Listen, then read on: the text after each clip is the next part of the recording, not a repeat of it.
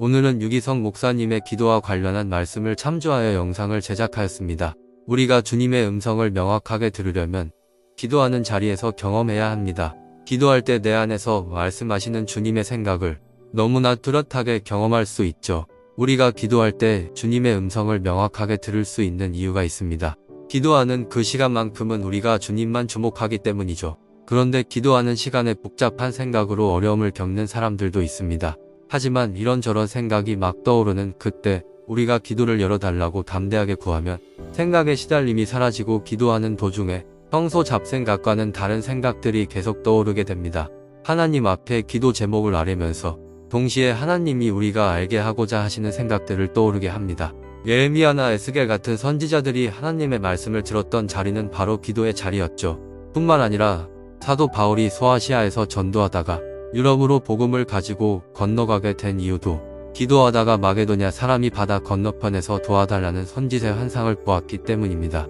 또 베드로가 이방인 고넬료의 집에 가게 된 것도 기도하는 중에 하나님께서 베드로에게 고넬료가 사람을 보내서 찾으러 올 것이라는 환상을 보여주셨습니다. 이렇듯 우리도 똑같이 기도 중에 하나님께서 우리에게 역사하시고 우리는 그 인도하심을 경험할 수 있습니다.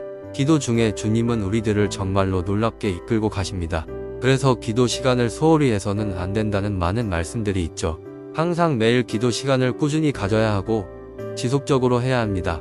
주님과 동행하는 삶을 살고 우리 안에 거하시는 주님을 실제로 만나고 인도하심을 받으려면 기도하는 자리에서 주님께서 주시는 말씀에 주목해야 합니다. 기도를 할 때 중언부언 기도하지 말라는 말씀이 있죠. 이 말씀을 듣고 기도를 안 해도 하나님께서 아실 것이라고 생각하면서 기도를 안 하게 되시는 분들이 많습니다. 어려운 문제가 생겨도 하나님께서 다 아시니까 라고 생각하죠. 맞는 말씀입니다. 기도로 아뢰지 않아도 하나님께서는 우리의 마음을 아십니다. 하지만 기도는 하나님께 내 문제를 알려드리는 용도가 아닙니다. 기도를 통해 우리가 아뢰는 것이 아니라 하나님께서 우리에게 하시는 말씀을 들어야 합니다. 기도 생활이 없이 하나님의 음성을 들을 수는 없습니다. 기도는 우리가 하나님께 아뢰는 시간이기도 하지만 하나님이 우리에게 말씀하시는 시간이라는 것을 명심해야 합니다. 하지만 이렇게 떠오르는 생각이 모두 주님이 주시는 생각이 아닙니다.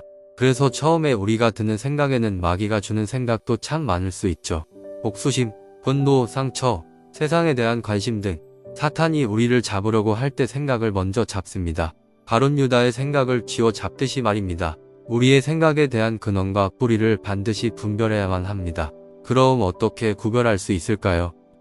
바로 성경 말씀을 통해서 분별해야 합니다. 그래서 매일 한 말씀이라도 기도하고 묵상해야 하는 이유가 하나님이 주시는 생각을 분별해야 하기 때문입니다. 기도하면서 드는 생각들이 하나님이 주시는 생각인지 나의 생각인지 혹은 마귀가 심어놓는 생각인지를 구분하기가 쉽지 않습니다. 그렇기 때문에 성경에 있는 말씀을 붙잡고 묵상하는 훈련이 되어야 하는 것이죠.